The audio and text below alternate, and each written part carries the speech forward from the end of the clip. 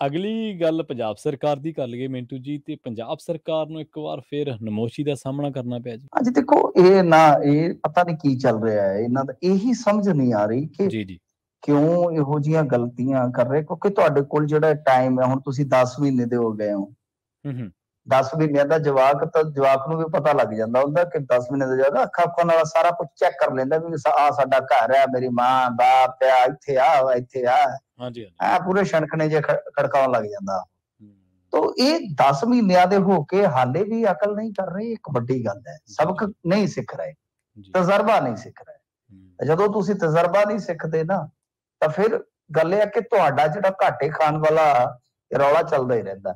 ਅਸਲ 'ਚ ਕੀ ਹੋਇਆ, ਇਹਨਾਂ ਦੇ ਸੂਚਨਾ ਵਿਭਾਗ ਨੂੰ, ਜਿਹਨੂੰ ਆਪਾਂ ਲੋਕ ਸੰਪਰਕ ਡਿਪਾਰਟਮੈਂਟ ਕਹਿੰਦੇ, ਵੈਸੇ ਉਹ ਸੂਚਨਾ ਮਹਿਕਮਾ ਹੀ ਹੁੰਦਾ ਹੈ, ਤਾਂ ਉਹ ਜਿਹੜਾ ਲੋਕ ਸੰਪਰਕ ਮਹਿਕਮਾ ਹੈ, ਉਹਨੇ ਇੱਕ ਖਬਰ ਜਿਹੜੀ ਹੈ ਉਹ ਪਿਛਲੇ ਦਿਨੀ ਛਾਇਆ ਕੀਤੀ। ਦੇਖੋ ਗੱਲ ਕੀ ਹੈ ਕਿ ਅਫਸਰਸ਼ਾਹੀ ਨਾਲ ਜਦੋਂ ਟਕਰਾਅ ਚੱਲ ਰਿਹਾ ਸੀਗਾ, ਉਸੇ ਦਰਮਿਆਨ ਇੱਕ ਖਬਰ ਆ ਗਈ ਕਿ ਜਿਹੜੀ ਸੂਬੇ ਦੀ ਮੁੱਖ ਸਕੱਤਰ ਸਕੂਲੀ ਸਿੱਖਿਆ ਦੀ ਹੈ, ਜਸਪ੍ਰੀਤ ਤਲਵਾੜ, ਉਹਦੀ ਗ੍ਰਿਫਤਾਰੀ ਜਿਹੜੀ ਹੈ ਉਹ ਹੋਏਗੀ, ਤੇ ਜੋ NCSC ਕਮਿਸ਼ਨ ਹੈ ਉਹਦੇ ਸਾਹਮਣੇ ਉਹਨੂੰ ਗ੍ਰਿਫਤਾਰ ਕਰਕੇ ਪੇਸ਼ ਕਰਨ ਦੇ ਹੁਕਮ ਦਿੱਤੇ ਗਏ ਆ। ਅੱਛਾ, ਇਹ ਖਬਰ ਸਰਕਾਰ ਦੇ ਰਹੀ ਹੈ। ਵੇਖੋ ਕਮਾਲ ਦੀ ਗੱਲ ਹੈ।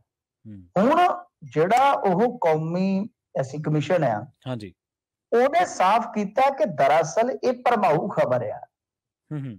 ਇਹ ਭਰਮਾਊ ਖਬਰ ਆ ਕਿ ਜਸਪ੍ਰੀਤ ਤਲਵਾੜ ਪਹਿਲਾਂ ਤੋਂ ਨਿਰਧਾਰਿਤ ਤਰੀਕ ਨੂੰ ਇਹ ਮਤਲਬ ਕਿ ਨਹੀਂ ਆ ਸਕਦੀ ਸੀ। ਇਹਨੇ ਆਪਣਾ ਇੱਕ ਪੱਤਰ ਲਿਖਿਆ ਸੀਗਾ 9 ਜਨਵਰੀ ਨੂੰ, ਤਲਵਾੜ ਨੇ NCSC ਨੂੰ ਪੱਤਰ ਲਿਖਿਆ ਕਿ ਜਿਹਦੇ ਵਿੱਚ ਇਹਨਾਂ ਨੇ ਜ਼ਿਕਰ ਕੀਤਾ ਕਿ 2 ਜਨਵਰੀ ਨੂੰ ਸੁਣਵਾਈ ਵਿੱਚ ਸ਼ਾਮਲ ਨਾ ਹੋਣ ਦੇ ਕਾਰਨਾਂ ਦਾ ਵੇਰਵਾ ਜਿਹੜਾ ਮੈਂ ਤੁਹਾਡੇ ਨਾਲ ਸਾਂਝਾ ਕਰ ਰਹੀ ਹਾਂ, ਵੀ ਇਹ ਇਸ ਕਰਕੇ ਗ੍ਰਿਫਤਾਰੀ ਦਾ ਵਾਰੰਟ ਵਾਪਸ ਲੈ ਲਓ, ਕਿਉਂਕਿ 17 ਜਨਵਰੀ ਸਵੇਰੇ 11 ਵਜੇ ਮੈਂ ਕਮਿਸ਼ਨ ਦੇ ਮੁੱਖ ਦਫ਼ਤਰ 'ਚ ਸੁਣਵਾਈ ਲਈ ਪੇਸ਼ ਹੋ ਜਾਵਾਂਗੀ। ਤਾਂ ਮੁੱਖ ਸਕੱਤਰ ਜਿਹੜੇ ਸੀਗੇ ਪੰਜਾਬ ਨੇ, ਉਹ ਤਲਵਾੜ ਵੱਲੋਂ ਲਿਖੇ ਗਏ ਪੱਤਰ ਦਾ ਹਵਾਲਾ ਦਿੰਦਾ ਕਿਹਾ ਕਿ 10 ਜਨਵਰੀ ਨੂੰ ਇਹ ਜਿਹੜਾ ਕਮਿਸ਼ਨ ਹੈ ਪੱਤਰ ਲਿਖ ਕੇ ਵਾਰੰਟ ਵਾਪਸ ਲੈਣ ਦੀ ਅਪੀਲ ਕੀਤੀ। ਉਹ ਕਹਿੰਦੇ ਕਿ ਅਸੀਂ ਤੇ ਸਗੋਂ ਇਸ ਪੱਤਰ ਵਿਹਾਰ ਤੇ ਚੱਲਦੇ ਹਾਂ ਜੀ, ਜੋ ਕਮਿਸ਼ਨ ਦੇ ਬੁਲਾਰੇ ਨੇ ਕਿਹਾ ਕਿ ਭਾਈ ਉਹਨਾਂ ਦੀ ਅਪੀਲ ਨੂੰ ਮਨਜ਼ੂਰ ਕਰਦੇ ਹਾਂ, ਤੇ ਇਹ ਸਾਰਾ ਕੁਝ ਜਿਹੜਾ ਵਾਰੰਟ ਵਾਪਸ ਲੈਣ ਦੀ ਅਪੀਲ ਕਰ ਦਿੱਤੀ। ਹੁਣ ਕਮਾਲ ਦੀ ਗੱਲ ਹੈ ਕਿ ਇੱਥੇ ਉਹ ਪ੍ਰੈਸ ਨੋਟ ਜਿਹੜਾ ਹੈ ਉਹ ਉਲਟ ਛਪ ਜਾਂਦਾ ਹੈ। ਮਤਲਬ ਕਿ ਹੁਣ ਦੇਖੋ ਨਾ, ਗੱਲ ਇਹ ਆ ਕਿ ਸਰਕਾਰ ਦਾ ਜਿਹੜਾ ਮਹਿਕਮਾ ਹੈ ਉਹ ਕੁਝ ਹੋਰ ਕਹਿ ਰਿਹਾ, ਕਮਿਸ਼ਨ ਕੁਝ ਹੋਰ ਕਹਿ ਰਿਹਾ।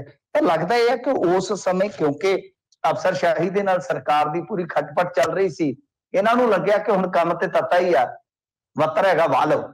ਸੋ ਇਸ ਕਰਕੇ ਹੁਣ ਸਰਕਾਰ ਦੀ ਇਹ ਨਮੋਸ਼ੀ ਹੋ ਗਈ, ਕਿਉਂਕਿ ਜਿਹੜਾ ਕੌਮੀ ਐਸੀ ਕਮਿਸ਼ਨ ਆ, ਉਹਨੇ ਬਿਲਕੁਲ ਇਸ ਖਬਰ ਨੂੰ ਇੱਕ ਤਰ੍ਹਾਂ ਨਾਲ ਕਹਿ ਲਓ ਕਿ ਬੜਾ ਭਰਮਾਊ ਦੱਸਿਆ, ਭਰਮਾਊ ਸ਼ਬਦ ਇਸਤੇਮਾਲ ਕੀਤਾ, ਤੇ ਸਰਕਾਰੀ ਮਹਿਕਮੇ ਵਾਸਤੇ ਭਰਮਾਊ ਸ਼ਬਦ ਬਹੁਤ ਹੀ ਨਮੋਸ਼ੀਜਨਕ ਹੁੰਦਾ ਹੈ।